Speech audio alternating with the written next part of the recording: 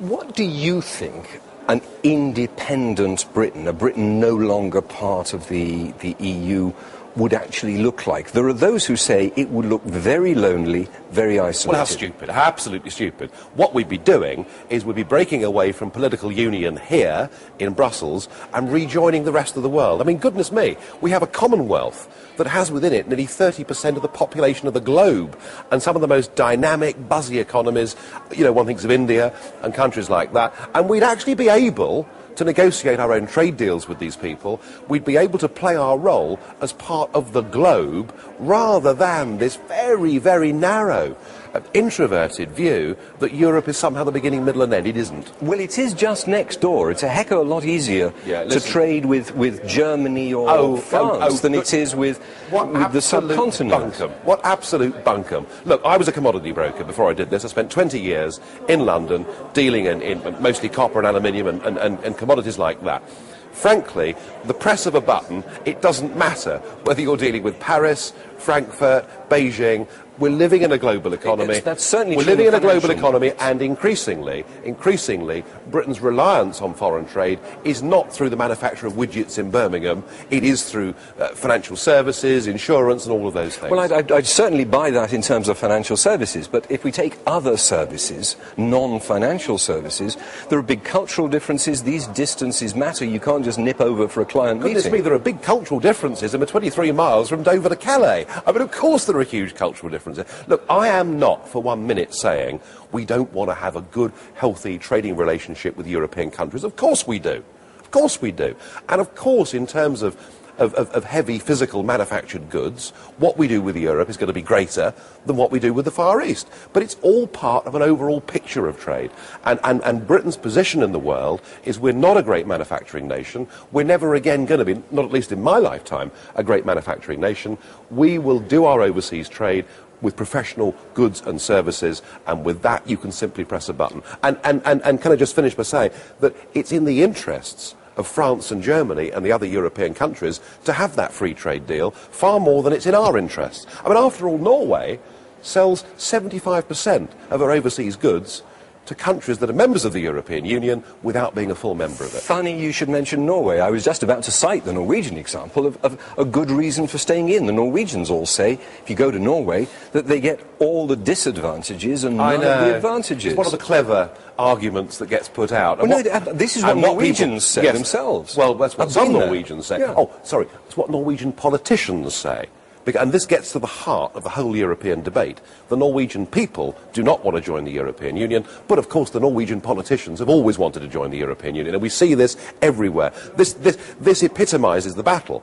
It's the politicians on the one hand and the people on the other.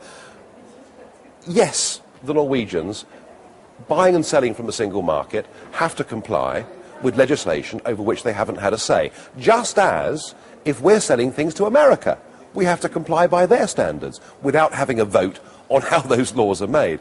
But, you know, the Norwegians have no ties in terms of foreign policy with the European Union. They have no ties in terms of their fishing industry, where they have a 200-mile limit. They are opted out and exempted from all the things that really make the British mad. In your model of Europe, where, as you say, you've got this collaborative model without the big superstructure, what guarantees that anybody's going to come to an agreement about anything? Well, that of course is the one argument that I hear in this Parliament over and over and over, that we have to be more efficient, and to be and effectively what we're saying is that to be efficient we have to kick democracy off into the long grass. No, you're saying if you're going to have a club, you need some rules at least for people to come to decisions. Well, you know, we've sat there in NATO for 60 years. And worked very happily, sitting around a table as sovereign governments and made decisions. And hey, we're engaged right now in this mission up in Afghanistan. Whether you think that's good or bad is irrelevant. The fact is, we've proved through NATO that intergovernmental cooperation can work. And if there are times when we can't reach agreement, well, so be it. So be it. If that's the downside of the model that I'm proposing, the upside is that we will actually be able, in every country in Europe, at general elections, to vote for the people that govern us. And that is what Europe is taking away from us. But if the areas where agreement no longer become possible are on areas like, for example, climate change, where Yes. arguably people will be cutting off their noses to spite their face. No. Yes, we've got this happy new democratic model, but we're all drowning in... Well, this is the argument of dictators, isn't it? I mean, a dictator would say, I've got to get rid of democracy, I've got to get rid of the will of people, it's too inefficient, I know what's best for you.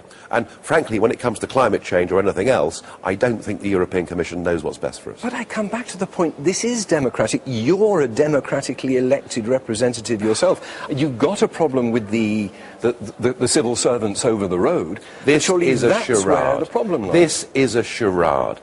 If in this new treaty, if the European Parliament had been made within these institutions the place from which the government of Europe came, and we had ministers who were accountable in question time every week to this Parliament, then you could argue that there was some real democracy within the European Union. This is the first Parliament I can think of that dares to call itself a Parliament that doesn't have the ability to propose or repeal legislation. It's not really a Parliament. What then is your tactic going forward? You are still a very small party. Well, that depends how you look at it. How do you bring about this massive change? Well, you say we're a very small party. Numerically in the Parliament. Well, yes, OK. Numerically in in the terms Parliament. of parliamentarians, I mean, sorry, yeah. Numerically in this institution, we are numerically small.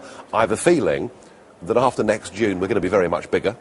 I think that Eurosceptic, Euro-realist parties across the European Union are going to get a lot more votes next year than they got in 2004. And the reason for that, of course, is because there are 9 countries where referendums were promised on the European Constitution and where they've now been denied. So that's going to happen. It obviously depends just how big the next Eurosceptic group here is. But our tactic will be the same one that we've had in all the years that we've been here.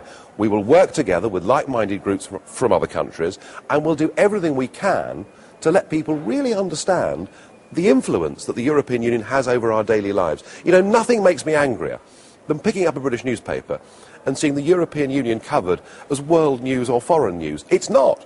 75% of the laws by which we live in Great Britain are made in these institutions here. Apart from the sort of 4 legs good, 2 legs bad approach of Europe bad, us good, I think if you look, where's the depth? Well, where's the meat? Well, I think if you look at what the Independence and Democracy Group did in the Irish referendum, you'll see where the substance was. We put together an 8-page information booklet, done in very simple terms, and we posted that out to 1.9 million households in Ireland, telling them the truth about the Lisbon Treaty, the truth about the powers that it would transfer.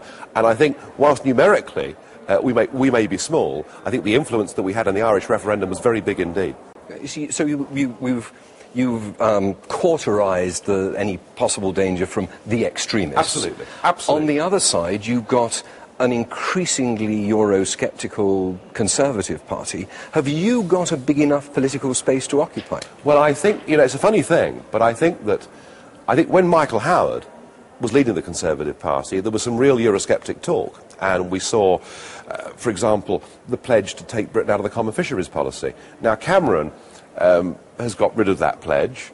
Cameron made a promise to leave the EPP group, which he hasn't and will never, in my opinion, fulfil. Now, I actually believe that under Cameron, the Conservative Party is less Eurosceptic than it was 4 or 5 years ago. And when we see your manifesto, will it be a single-issue manifesto on membership, or will you have a full raft of policies on agriculture, on industrial policy? I've currently got 18 working groups within the party putting together policy. We have retired rear admirals working on our defence policy, and we have people with decades of experience in the fishing industry working on that policy. And what we're doing is we're putting together a blueprint for how we think an independent Britain could and should be run. But above all, the point we'll make is that all this debate's irrelevant, all the while 75% plus of our legislation is made in Brussels and not made in Westminster. You used the phrase a moment ago, mad and bad. The next one in that chain is usually and dangerous to know. Do you sometimes think that's how your fellow parliamentarians feel about you? It's a funny one, that. I think since the Irish referendum, I think there are now people in this Parliament, particularly Mr. Schulz, who leads the Socialist Group, who now think that I'm somehow very, very dangerous. Well, perhaps to the political class I'm dangerous, but in terms of democracy, I don't think I pose any threat to anybody. All I am doing in this Parliament, by saying what I say, and perhaps upsetting Mr. Schulz and Mr. Pottering and others, all I am doing is representing a point of view that is held by tens of millions of decent, law-abiding people right across the European Union. To find out more about who we are and what we stand for, go to the UK Independence Party website at www.ukip.org.